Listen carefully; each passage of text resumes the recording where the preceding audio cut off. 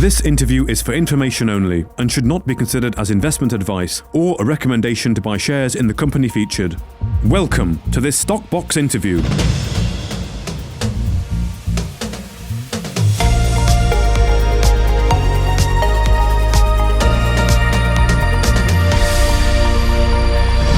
Bluebird Merchant Ventures is to commence a fully funded 5,666 metre drilling programme at the Lobo prospect on the Batangas Gold Project in the Philippines. Now, this 34-hole, three-phase programme aims to further delineate identified high-grade targets, upgrade the mining inventory and help in developing an underground mining plan. Well, joining us now is CEO Colin Patterson. Thank you very much for joining us, Colin. How are you? I'm good, thanks, Mark. Good to see you looking so sharp. Thank you very much, and it's good to be speaking to you. Now, of course, last time that I spoke regarding Batangas to someone from the company, it was Aidan on the Batangas project, and that was back in June, where we talked a lot about the community development plan and the designing of a drill program to test the extension and to help develop or represent the plan, let's say, as an underground operation. I mean, could you perhaps list the objectives that you want to achieve from this particular drill program that you've now designed? Sure, and just to follow on from your chat with Aidan, the community development program has been accepted and approved and everything else. So that was a major hurdle that we've got over, and that's why things are starting to take off now. So in Batangas is a very large area, and it's got two major projects, and we were aiming at the one at Lobo, which, as you know, is an underground one, a high-grade underground one, and which is where our strengths as a company lie, is high-grade underground mines. And the jewel in the crown, as it appears at the moment, which is only one of 9 major targets, is known as the Southwest Breccia. And that particular jewel has previously been drilled only to a depth of less than 100 meters. So in mining terms, grassroots mining, grassroots drilling, should I say, and is barely touched. Most of these ore bodies extend for hundreds of meters, and we're talking about the tip of the iceberg here that has generated already 36,000 ounces at 6.6 grams per ton. Which, in terms of revenue after recovery allowances and things like that, we're looking at somewhere in the order of about $30 million worth of revenue just from that. 36,000 ounces doesn't sound a lot, but grade is king. Grade is what makes you money. And we see a good revenue flow coming in the first 18 months of mining that. But that's only just for that upper 100 meters, or the top 100 meters of it, and obviously our objectives are to increase that significantly and get a better understanding of that. So, for example, some of the grades that have been achieved there in the past is 7 meters at 12 grams, 18 meters at 7 grams, 6 meters at 7 grams, 3 meters at 11.5. So really sexy grades there, and we believe that with the depth testing, and that's where the first phase will be for the depth extension, we could probably double that resource with the first phase almost. Okay. Never mind the second and third phase. Okay, so you said there that with the current resource that's on there, that would expect, 30 million revenues per year? No, that's it in total. The 36,000 ounces, if we mine them and allowance for recovery, etc., we should get in the order from what's already there. And don't forget, this is JORC. It's unlike our South Korean ones, which aren't JORC standards. This is JORC standard. Okay. We're expecting that initial 36,000 ounces will generate in total through its mining of 30 million. Right. If we are able to mine it in the first, let's say, 2 years, that's a healthy revenue stream. Okay, yeah. So you're talking perhaps, mining that within the first 2 years, 36,000. Okay. And the objective of this program is to, you said to potentially double that resource effectively. Is that what you'd like to get out of it? that's my own personal goal. I just look at the mathematics and I see, well, Sure. we've drilled from a surface to 100 meters, and now we're going to go from 100 meters down to 200, 250. So we're doubling the depth extension. Sure. And if the mathematics works out, we could realistically double it. Okay, so this is purely a depth extension drilling program at the moment.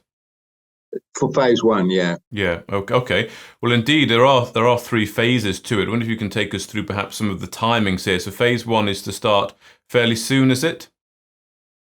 Yeah, at the moment, the final negotiations with the driller are well advanced. So I'm personally hoping it'll start before the end of this month. Is my hope. I don't see any issues at the moment, and it'll be a 2,000 meter program. And unless, of course, we get total duds to start off with, it'll continue for the full 2,000 and show what the depth is down to 200 to 300 meters. We would hope the drilling starts, as I say, by the end of the month, and we would start getting results coming out towards the end of the quarter. Okay, so you can expect to get some results out towards the end of this quarter. Well, that's quite soon. And then you'd look to perhaps move into phase two and then this phase three. What would those phases be targeting? Yeah, it's a bit of how long's a piece of string. Obviously, if we're getting super exciting depth extensions, then we'd be silly not to continue to another depth. Sure. However, we have many other targets on the property. There's 15 kilometers of strike, 9 identified targets, of which this is only one. So it will be, I guess, reviewed once we get the first results back. I don't want to be precise as to where we would go, but there are some excellent drilling results in the other areas. We've got 2 meters going at 14 grams per ton, 3 meters at 12 grams per ton in other areas away from this one. So. Indeed. And of course, this is fully funded, isn't it, by the joint venture? And if you can remind us of the structure with the joint venture partner and BMV. Yeah, so the deal is they earn 60% by taking us to construction. In other words, for construction, they need to do a definitive feasibility study, get all the permitting in place. And this drilling program is part of that definitive feasibility study. The permitting side, they, being local people, get far better traction than we as foreigners would get. So and you know, they've been around for a long time, have had mining operations. We're confident that that's not going to be an issue.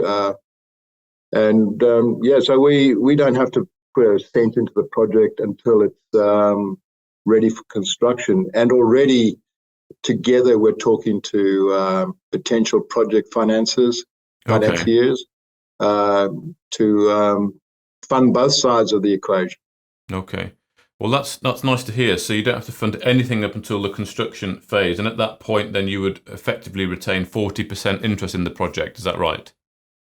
That's right. Yeah. Okay. And have to fund that 40%, either ourselves or, as I say, it's looking more likely to be project funding from. Okay. So as well as hopefully increasing that resource there, would you, I mean, you say the current resource is JORC, would you look to continue to move the resource up those different categories in the JORC? You know, you've got the inferred, you've got the indicated and the measured. Would you look to move the resource up some of those tiers? Sure. So as we said, at the Southwest Brescia, we have 36,000 ounces at 6.6. The overall project has 82,000 at an indicated level. So to upgrade some of those ounces to reserve and to increase the indicated, as I say, from say 82 to 160 or thereabouts would be great. I do just want to pick up on something that Aidan mentioned the last time that I spoke to him, which was the belief that the project could be fast-tracked, and it's highly achievable that you could fast-track the project. And 18 months was mentioned for permits and then getting into mining. Is this view widely shared within the joint venture, and how realistic do you think is an 18-month time frame? Yeah, it's definitely a tight time frame. However, we are dealing with locals who have a reputation of getting things done quickly once things are all permitted. It's the permitting is always the thing that drags out. Yeah, I would say I'll give it 50-50 for 18 months, but more confident at 2 years probably. Okay, well, thank you for that, Colin. Now, if I can just ask a final question here.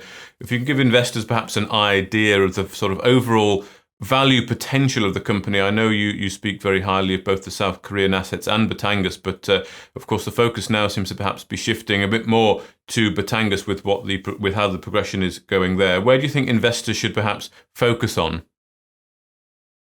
Well, yeah, when I first invested in this company way back when, it only had the Batangas project. At that stage, we had 25% of the project, had to carry all the costs, even though we only had 25, to earn more interest. And that was at a gold price of around about $1,200, $1,300 an ounce. And that's the project that we listed Bluebird on. And at that stage, we were given a valuation of about $7 million.